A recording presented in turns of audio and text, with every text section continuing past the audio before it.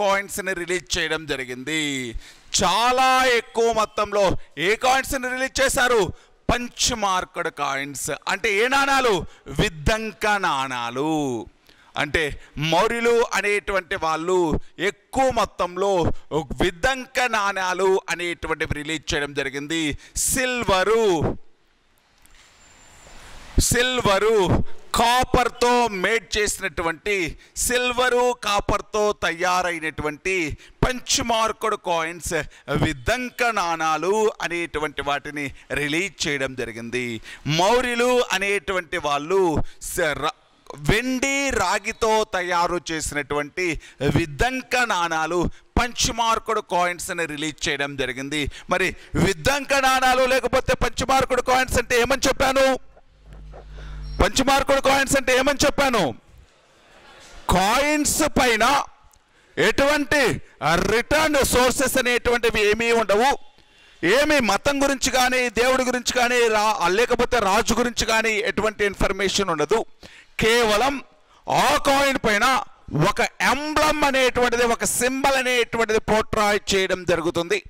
అది ఎయిదర్ రాజు బొమ్మైనా కావచ్చు, లేకపోతే దేవతల బొమ్మైనా కావచ్చు, లేకపోతే యానిమల్స్ యొక్క బొమ్మైనా కావచ్చు, లేకపోతే జంతువులు పక్షుల యొక్క మొక్కల యొక్క బొమ్మలైనా కావచ్చు. అంటే ఒక ముద్ర అనేటువంటిది పంచి వేయడం జరుగుతుంది. అలా అటువంటి కాయిన్స్ని పంచ్ మార్క్డ్ కాయిన్స్ లేకపోతే విద్దంక నాణాలు దేనితో ప్రిపేర్ చేశారు? వాటిని సిల్వరు కాపర్తో ప్రిపేర్ చేయడం జరిగింది. మరి మౌర్యుల యొక్క కాయిన్స్ని ఏమని పిలిచాం? పానా. మౌర్యుల యొక్క కాయిన్స్ని ఏమని పిలిచామండి? పానా. అంటే పానా అనేటువంటిది ఎటువంటి coin? Silver coin. Official coin of Mauryans అంటే ఏం చెప్పాలి? పానా. పానా అనేటువంటి వెండి నాణాన్ని రిలీజ్ చేయడం జరిగింది.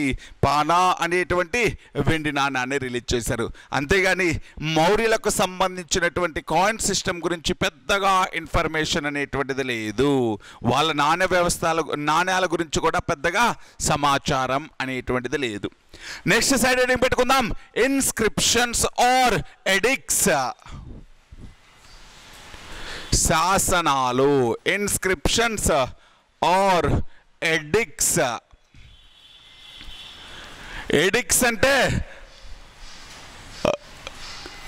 ఎడిక్ట్స్ అంటే కమాండ్స్ ఆఫ్ రూలర్స్, అంటే రాజ ఆజ్ఞ. ఎడిక్ట్ అంటే అర్థం ఏంటండి? రాజ ఆజ్ఞ. శాసనాలు లేక ఎడిక్ట్స్, రాజ ఆజ్ఞలు లేకపోతే శాసనాలు. ఇప్పుడు చూద్దాం. భారతదేశంలో మొదటిసారిగా శాసనాలు వేసినటువంటి రాజవంశం మౌర్యులు. భారతదేశంలో మొదటిసారిగా శాసనాలు వేసినటువంటి రూలర్ అశోకుడు. అంటే the first ruler who composed inscriptions in India, Ashoka. The first kingdom who released inscriptions in India, Mauryan kingdom. అంటే భారతదేశంలో శాసనాలు వేసినటువంటి మొదటి రాజవంశం ఏంటి అంటే మౌర్య వంశం. భారతదేశంలో శాసనాలు వేసినటువంటి మొదటి రాజు ఎవరు అంటే అశోకుడు అనేటువంటి వ్యక్తి. మీకు శాసనం అంటే ఏంటో చెప్పాను. ఏంటి శాసనం అంటే? ఇన్స్క్రిప్షన్ అంటే ఏంటి? రాజు గొప్పదనం గురించి కానీ, రాజు ఇచ్చినటువంటి దానాల గురించి కానీ, రాజు యొక్క కమాండ్స్ గురించి కానీ, అంటే రాజ ఆజ్ఞల గురించి కానీ, లేకపోతే పన్నుల వ్యవస్థ గురించి కానీ, లేకపోతే రాజు చేసినటువంటి దానాల గురించి కానీ, ప్రజలు ఎలా బిహేవ్ చేయాలి, ప్రజల యొక్క జీవన విధానం ఎలా ఉండాలని కానీ ఒక రాజు అనేటువంటి వ్యక్తి రిలీజ్ చేసినటువంటి, ఒక రాజు అనేటువంటి వ్యక్తి రాపిస్తాడు. ఎక్కడో ఒక చోట అందరూ గుమిగూడేటువంటి ప్లేసుల్లో రాజు రాపించినటువంటి వాటిని శాసనాలు అంటాం. మళ్ళీ చూడండి, ఒక గట్టి ఉపరితలంపై రాయబడినటువంటి, ఒక గట్టి ఉపరితలంపై రాజు యొక్క గొప్పదనం గురించి కానీ, రాజు యొక్క దానాల గురించి కానీ, పన్నుల వ్యవస్థ గురించి కానీ, రాజ ఆజ్ఞల గురించి కానీ సమాచారం ఇస్తూ రాసినటువంటి విషయాన్నే ఏమంటారు అంటే శాసనం అని పిలవడం జరుగుతుంది. ఇప్పట్లో ప్రజలు ఎలా ఉండాలి, ప్రజలు ఎటువంటి రూల్స్ ఫాలో అవ్వాలి అనేటువంటివన్నీ కూడా గవర్నమెంట్ ఎలాగైతే జీవోల రూపంలో ఇస్తుందో, అప్పట్లో రాజులు అనేటువంటి వాళ్ళు తమ యొక్క కమాండ్స్ అనేటువంటివి ప్రజలందరికీ తెలియడం కోసమని గ్రామంలో ప్రజలందరూ ఎక్కడైతే అంటే రచ్చబండలు అంటాం, లేకపోతే గ్రామంలో ఎక్కడైతే ప్రజలందరూ కూడా ఒక గ్రూప్ లాగా ఫామ్ అవుతున్నారో అక్కడ వాళ్ళందరికీ కనిపించేలాగా ఒక రాతి పైన కానీ, ఒక స్తంభం పైన కానీ, ఒక గుహలో కానీ ఎక్కడైనా కూడా శాసనాలు అనేటువంటివి వేయడం జరుగుతుంది. శాసనం అంటే రాజు చేత ఇష్యూ చేయబడినటువంటి ఒక ఆర్డర్. రాజు అయినా వేయచ్చు, లేకపోతే రాజుల దగ్గర పనిచేసే సేనాధిపతులైనా వేయచ్చు, లేకపోతే కవులైనా వేయచ్చు, ఎవరైనా వేయచ్చు. అంటే ఒక ఇన్ఫర్మేషన్ గురించి లేకపోతే ఒక సమాచారాన్ని ఇచ్చేటువంటిదే శాసనం అనేటువంటిది. మరి ఈ శాసనము అనేటువంటివి భారతదేశంలో మొదటిసారిగా మౌర్యులు వేస్తే మొదటిసారిగా అశోకుడు వేయడం జరిగింది. ఈ మౌర్యులు అనేటువంటి వాళ్ళు శాసనాల కోసం ఉపయోగించినటువంటి భాష ఏంటి అంటే ప్రాకృతం. మౌర్యుల యొక్క శాసన భాష ఏంటి అండి? ప్రాకృతం. ఫస్ట్ లాంగ్వేజ్ అనేటువంటి చూద్దాం. ప్రాకృతం. మౌర్యులు శాసనాల పైన ఉపయోగించినటువంటి భాష ప్రాకృతం.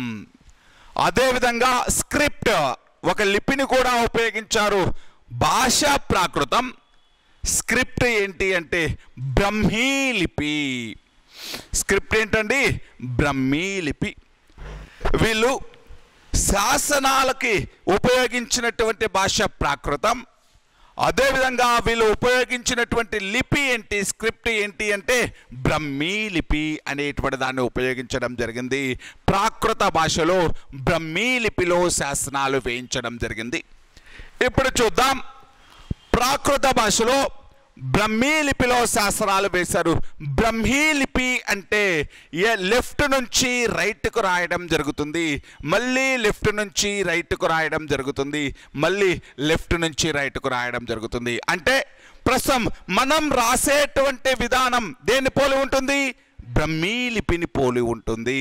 అంటే ఎడమ నుంచి కుడివైపుకు రాసేటువంటి విధానాన్ని ఏమని పిలుస్తారు అంటే బ్రహ్మీ లిపి అని పిలవడం జరుగుతుంది. మరి ఈ బ్రహ్మీ లిపి అనేటువంటి దానిని 1837 సంవత్సరం వరకు కూడా ఎవరికీ కూడా చదవడానికి తెలియదు. 1837 సంవత్సరంలో 1837 వరకు కూడా అశోకుడు అనేటువంటి వ్యక్తి ఉన్నాడు అని తెలుస్తుంది, కానీ ఆయన యొక్క గ్రేట్నెస్ ఏంటి, ఆయన గొప్పతనం అనేటువంటిది ఏంటి, ఆయన చేసినటువంటి యాక్టివిటీస్ ఏంటి, అసలు అశోకుడు గురించి పూర్తి ఇన్ఫర్మేషన్ తెలియటం లేదు. ఎందుకని అంటే ఆయన వేసినటువంటి శాసనాలన్నీ కూడా ఏ భాషలో ఉన్నాయి? ప్రాకృతం. ఏ లిపిలో ఉన్నాయి? బ్రహ్మీ లిపిని చదవడం రావట్లేదు కాబట్టి ఆయన వేసినటువంటి శాసనాలు ఎవరూ కూడా చదవలేకపోయారు. ఏముంది దాంట్లో కంటెంట్ తెలియలేదు. అటువంటి సమయంలో 1837 సంవత్సరంలో జేమ్స్ ప్రిన్సెస్ అనేటువంటి వ్యక్తి 1837 సంవత్సరంలో జేమ్స్ ప్రిన్సెస్ 1837 సంవత్సరంలో జేమ్స్ ప్రిన్సెస్ అనేటువంటి ఒక బ్రిటిషరు బ్రహ్మీ లిపిని చదవడం జరిగింది. మొట్టమొదటిసారిగా బ్రహ్మీ లిపి గురించి అర్థం చేసుకున్నటువంటి వ్యక్తి, బ్రహ్మీ లిపిని చదివినటువంటి వ్యక్తి ఎవరు అంటే జేమ్స్ ప్రిన్సెస్. ఆ జేమ్స్ ప్రిన్సెస్ అనేటువంటి వ్యక్తి బ్రహ్మీ లిపిలో ఉన్న అశోకుడి శాస్త్రాలన్నిటినీ కూడా చదవడం జరిగింది. అశోకుడి శాస్త్రాలు చదివి అప్పుడు ఆయన యొక్క గ్రేట్నెస్ను ప్రపంచానికి చెప్పడం జరిగింది. అంతవరకు అశోకుడు యొక్క గ్రేట్నెస్ తెలియదు. అశోకుడు అనే రూలర్ ఉన్నాడు అని తెలుస్తుంది, కానీ ఆయన ఏం చేశాడు అనేటువంటిది, ఆయన యొక్క గ్రేట్నెస్ గురించి తెలియదు. దేనిని ఐడెంటిఫై చేసిన తర్వాతే ఆయన యొక్క గ్రేట్నెస్ ఎక్స్ప్లోర్ అయ్యింది అంటే ఈ బ్రహ్మీ స్క్రిప్ట్ని డీకోడ్ చేసిన తర్వాత, బ్రహ్మీ లిపిని చదివిన తర్వాత, ఎవరు అలా బ్రహ్మీ లిపిని చదివినటువంటి వ్యక్తి? James princess. ఏ సంవత్సరం? 1837. ఏ సంవత్సరం అండి? 1830. శాస్త్రాల్లో ఉపయోగించినటువంటి ప్రధాన భాష ఏంటండి? ప్రాకృతం. అదేవిధంగా ఉపయోగించినటువంటి స్క్రిప్ట్ ఏంటండి? బ్రహ్మీ స్క్రిప్ట్, బ్రహ్మీ లిపిని ఉపయోగించడం జరిగింది. అదేవిధంగా ప్రాకృత భాషను ఉపయోగించడం జరిగింది. బ్రహ్మీ లిపి అంటే ఎక్కడి నుంచి ఎక్కడికి రాస్తున్నారు? ఎడమ నుంచి కుడి చేతి వైపుకు రాయడం జరిగింది. బ్రహ్మీ లిపిని చదివినటువంటి వ్యక్తి ఎవరు? James princess. ఏ సంవత్సరం? 1837. శాసనాలు వేసినటువంటి రాజవంశం మౌర్యులు. శాసనాలు వేసిన రూలర్ అశోకుడు. మరి ఈ మౌర్యులు కంపోజ్ చేసినటువంటి ఇన్స్క్రిప్షన్స్ అనేటువంటివి, మౌర్యులు ఇష్యూ చేసినటువంటి ఇన్స్క్రిప్షన్స్, మౌర్యులు కంపోజ్ చేసినటువంటి శాసనాలు అనేటువంటివి 3 రకాలు. 3 types ఆఫ్ ఇన్స్క్రిప్షన్స్ని కంపోజ్ చేయడం జరిగింది. 3 types ఆఫ్ ఇన్స్క్రిప్షన్స్ని మెయిన్గా కంపోజ్ చేయడం జరిగింది. అవి రాక్ ఎడిక్స్ శిలాశాసనాలు. రాక్ ఎడిక్స్ శిలాశాసనాలు. రెండోది పిల్లర్ ఎడిక్స్ స్తంభ శాసనాలు. రాక్ ఎడిక్స్ అంటే శిలాశాసనాలు, పిల్లర్ ఎడిక్స్ స్తంభ శాసనాలు, కేవ్ ఎడిక్స్ గుహాలయ శాసనాలు. కేవ్ ఎడిక్స్ గుహాలయ శాసనాలు అనేటువంటివి. మౌర్యులు అనేటువంటి వాళ్ళు ఇన్స్క్రిప్షన్స్ని 3 types ఆఫ్ ఇన్స్క్రిప్షన్స్ని కంపోజ్ చేయడం జరిగింది. 3 types ఆఫ్ ఇన్స్క్రిప్షన్స్ని రిలీజ్ చేయడం జరిగింది. అవి rock edicts, pillar edicts, cave edicts. శిలాశాసనాలు, స్తంభ శాసనాలు, గుహాలయ శాసనాలు అనేటువంటివి. రాక్ ఎడిక్స్ అంటే ఒక రాతి పైన వేసినటువంటి శాసనము. స్తంభ శాసనము అంటే ఒక స్తంభము అనేటువంటిది, ఒక పిల్లర్ అనేటువంటిది కన్స్ట్రక్ట్ చేసి ఆ పిల్లర్ పైన వేసినటువంటి శాసనము. గుహాలయ శాసనము అంటే ఒక గుహ గోడల పైన వేసినటువంటి శాసనాన్ని గుహాలయ శాసనము అని పిలుస్తాం. ఇలా 3 రకాల శాస్త్రాలు వేయడం జరిగింది. ఎవరు అంటే మౌర్యులు అనేటువంటి వాళ్ళు. 3 types of inscriptions composed by Mauryans అనేటువంటి వాళ్ళు. ఇప్పుడు రాతి పైన, ఒక గట్టి రాతి ఉపరితలం పైన వేసినటువంటి శాసనాలు రాతి శాసనాలు అన్నాం. అదేవిధంగా స్తంభం పైన వేసిన శాసనాలు స్తంభ శాసనాలు అన్నాం. గుహ గోడల పైన వేసిన శాసనాలు గుహాలయ శాసనాలు అని పిలిచాం. ఈ శాసనాల్లో ప్రధానంగా ఏ భాషను ఉపయోగించారు? ప్రాకృతం.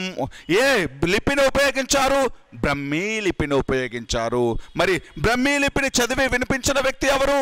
James princess. ఇక్కడ చూడండి, కొంచెం ఇంపార్టెంట్ పాయింట్ వస్తుంది. ప్రధానంగా ఉపయోగించినటువంటి లాంగ్వేజ్ ఏమని చెప్తున్నాను? ప్రాకృతం. అంటే ప్రస్తుత భారతదేశం వరకు వాళ్ళు శాసనాల్లో ఉపయోగించినటువంటి భాష ప్రాకృతం. అలా కాకుండా వాయువ్య భారతదేశంలో ఆయన వేసినటువంటి శాసనాలు ఉన్నాయి. వాయువ్య భారతదేశంలో ఆయన వేసినటువంటి శాసనం పేరు కాందహార్ బైలింగ్యువల్ ఇన్స్క్రిప్షన్స్. దాని పేరేంటండి? కాందహార్ ద్విభాషా శాసనాలు. ఎగ్జంప్షన్ చెప్తున్నాను. దేనికి ఎగ్జంప్షన్ చెప్తున్నాను? ప్రాకృత భాషకి ఎగ్జంప్షన్ చెప్తున్నాను. ప్రాకృత భాషలో శాసనాలు ప్రధానంగా వేశారు. ప్రాకృతంతో పాటు వాయువ్య భారతదేశంలో వేసినటువంటి శాసనాల్లో ఇంకా కొన్ని భాషలను ఉపయోగించారు. అంటే ప్రధానంగా ప్రాకృతం, ఎక్కువ శాసనాల్లో ప్రాకృత భాషతో పాటు కొన్ని శాసనాలలో వేరే భాషలను కూడా ఉపయోగించారు. అలా వేరే భాషను ఉపయోగించినటువంటి శాసనం ఏంటి అంటే కాందహార్ ద్విభాషా శాసనం, కాందహార్ బైలింగ్యువల్ ఇన్స్క్రిప్షన్స్. ప్రజెంట్ ఎక్కడుంది ఇది? పాకిస్తాన్. కాందహార్ అనేటువంటిది పాకిస్తాన్. అంటే వాయువ్య భారతదేశంలో నార్త్ వెస్ట్ ఇండియాలో కంపోజ్ చేసినటువంటి ఇన్స్క్రిప్షన్స్లో కాందహార్ ద్విభాషా శాసనం 2 భాషలు ఉపయోగించారు. ఆ భాషలు ఏంటి అంటే గ్రీకు మరియు అరామిక్ భాషలు. గ్రీకు మరియు అరామిక్ అంటే అరబిక్ భాషలు. గ్రీకు మరియు అరబిక్ భాషలను ఉపయోగించడం జరిగింది. కాందహార్ ద్విభాషా శాసనాలు. కాందహార్ ద్విభాషా శాసనాలలో గ్రీకు అరామిక్ అనేటువంటి 2 భాషలను ఉపయోగించడం జరిగింది. గ్రీకు అరామిక్ అనేటువంటి 2 భాషలను ఉపయోగించడం జరిగింది. ఈ గ్రీకు 2 భాషలను ఉపయోగించడంతో పాటు లిపి స్క్రిప్ట్ అనేటువంటిది కూడా గ్రీకు మరియు అరామిక్ లేకపోతే అరాబిక్ స్క్రిప్ట్ అనేటువంటిది. అరబిక్ అండి, అరామిక్ అంటే అరబిక్ స్క్రిప్ట్ అనేటువంటిది. ఈయన గ్రీకు అరామిక్ లేకపోతే అరబిక్ భాషలను కూడా ఉపయోగించే శాసనాలు వేశారు. అవి కాందహార్ ద్విభాషా శాసనం అనేటువంటిది. దానితో పాటు స్క్రిప్ట్, ఈ శాస్త్రానికి ఆయన ఉపయోగించినటువంటి స్క్రిప్ట్ ఏంటంటే గ్రీకు స్క్రిప్ట్ని అరబిక్ స్క్రిప్ట్ని ఉపయోగించడం జరిగింది. గ్రీకు స్క్రిప్ట్ అనేటువంటిది మనలాగే బ్రహ్మీ స్క్రిప్ట్ లాగే గ్రీకు స్క్రిప్ట్ అనేటువంటిది లెఫ్ట్ నుంచి రైట్కి రాయడం జరుగుతుంది. గ్రీకు లాంగ్వేజ్ని, గ్రీకు స్క్రిప్ట్ని ఎక్కడి నుంచి ఎలా రాస్తారండి? లెఫ్ట్ నుంచి రైట్కి. అదే అరబిక్ స్క్రిప్ట్ అనేటువంటిది రైట్ నుంచి లెఫ్ట్కు రాయడం జరుగుతుంది. అరబిక్ స్క్రిప్ట్ అనేటువంటిది రైట్ నుంచి లెఫ్ట్కు రాయడం జరుగుతుంది. గ్రీక్ స్క్రిప్ట్ ఎక్కడి నుంచి ఎక్కడికి రాస్తారు? లెఫ్ట్ నుంచి రైట్కి రాస్తారు. అరబిక్ స్క్రిప్ట్ అనేటువంటిది అరబిక్ లిపిని ఎలా రాస్తారు? రైట్ నుంచి లెఫ్ట్కు రాయడం జరుగుతుంది. అలా ద్విభాషా శాసనాలు వేయించాడు. ఎక్కడ వేయించాడు? కాందహార్ ద్విభాషా శాసనం. కాందహార్ ద్విభాషా శాసనం. కాందహార్ బైలింగ్వల్ ఇన్స్క్రిప్షన్స్ అనేటువంటివి. ఆయన ఉపయోగించిన 2 భాషలు ఏంటి?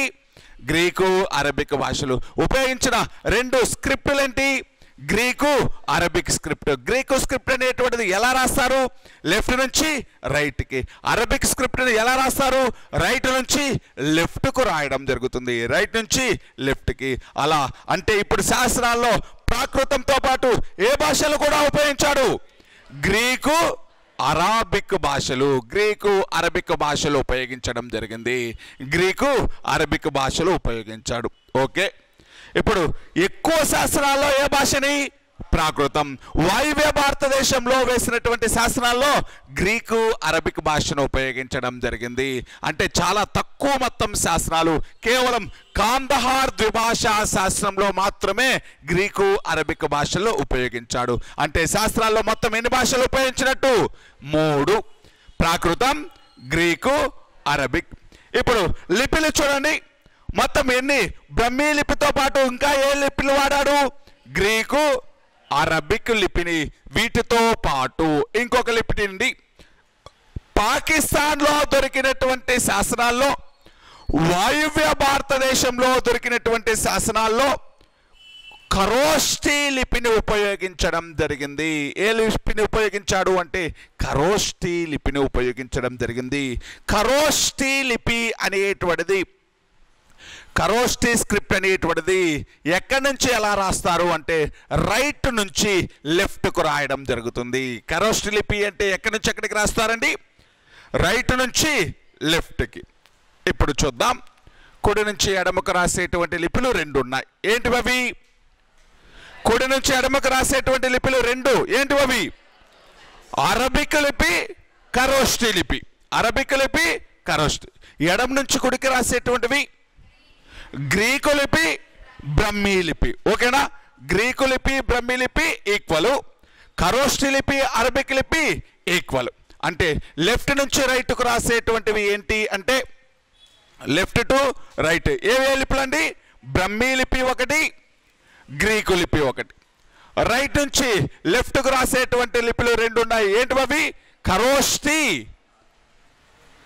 ఖరోష్ఠీ లిపి 1, అరబిక్ లిపి అనేది. ఈ ఖరోష్ఠీ అనేటువంటి లిపిని ఎక్కడ వేసిన శాసనాల్లో ఉపయోగించాడు? పాకిస్తాన్లో వేసిన శాసనాలు. కాందహార్ ద్విభాషా శాస్త్రంలో ఆయన ఉపయోగించినటువంటి భాషలేంటి? Greek, Arabic. ఆయన ఉపయోగించినటువంటి లిపిలేంటి? గ్రీకు, అరబిక్ లిపులు ఉపయోగించారు. అదే భారతదేశంలో దొరికిన శాస్త్రాల్లో ఆయన ఉపయోగించినటువంటి లాంగ్వేజ్ ఏంటి? ప్రాకృతం. ఆయన ఉపయోగించినటువంటి స్క్రిప్ట్ ఏంటి? బ్రహ్మి. బ్రహ్మి లిపిని చదివింది ఎవరు? James princess. ఏ సంవత్సరం? 1836. ఏ దేశానికి సంబంధించిన వ్యక్తి? బ్రిటిష్ దేశానికి సంబంధించిన వ్యక్తి. జేమ్స్ ప్రిన్సెస్ ఏ దేశానికి సంబంధించిన వ్యక్తి అండి? బ్రిటిష్ దేశానికి సంబంధించిన వ్యక్తి. ఇప్పుడు చూడండి, ఆయన శాస్త్రాల్లో ఉపయోగించిన భాషలు ఏంటో తెలుసు? ప్రాకృతం, గ్రీకు, అరబిక్. ఆయన ఈ శాస్త్రాల్లో ఉపయోగించినటువంటి లిపులేంటి? Brahmi, Greek, Arabic, Kharosthi. ఏ లిపులు ఉపయోగించాడండి?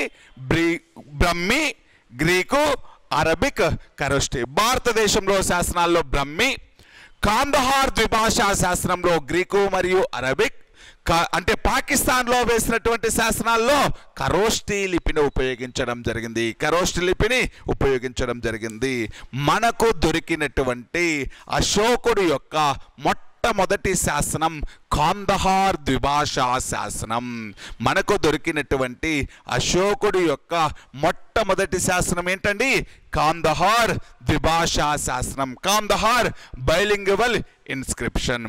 చాలా శాస్త్రాలు వేశాడంటున్నాం కదా, ఆ శాస్త్రాల్లో ఫస్ట్ ఇన్స్క్రిప్షన్ అండి అశోకాస్ ఫస్ట్ ఇన్స్క్రిప్షన్. అంటే ఆయన వేసినటువంటి శాస్త్రం కాదు, మనకు దొరికినటువంటి శాస్త్రం. అశోకుడు వేసినటువంటి శాస్త్రాల్లో మనకు దొరికినటువంటి ఫస్ట్ ఇన్స్క్రిప్షన్ ఏంటండి? Kandahar bilingual inscription. ఏ ఏ భాషలు? గ్రీకు, అరబిక్ భాషలు ఉపయోగించడం జరిగింది. సరే, ఇప్పుడు ఏ ఏ భాషలు ఉపయోగించాడో చెప్పుకున్నాం, ఏ ఏ స్క్రిప్టులు, ఏ ఏ లిపిలు ఉపయోగించాడో చెప్పుకున్నాం. అదేవిధంగా లిపిలు, ఆ స్క్రిప్టులు అనేటువంటివి ఎలా రాస్తారు అనేటువంటివి కూడా చెప్పుకున్నాం. దీనికి సంబంధించి ఇంకా కొంచెం ఇన్ఫర్మేషన్ అనేటువంటిది ఇన్స్క్రిప్షన్స్కి సంబంధించి నేర్చుకుందాం. అశోకుడు అనేటువంటి వ్యక్తి భారతదేశంలో మొదటిసారిగా శాసనాలు వేశాడు అని తెలుసు, కానీ అశోకుడు అనేటువంటి వ్యక్తి తను వేయించినటువంటి శాసనాలలో, అశోకుడు అనేటువంటి వ్యక్తి తను వేయించినటువంటి శాస్త్రాల్లో తన పేరును ఉపయోగించలేదు. ఏమి ఉపయోగించాడు అంటే టైటిల్స్ను ఉపయోగించాడు. ఏమి ఉపయోగించాడండి? టైటిల్స్, బిరుదలతోటి తన యొక్క, అంటే అశోకుడు అనేటువంటి వ్యక్తి తన పేరుకు బదులు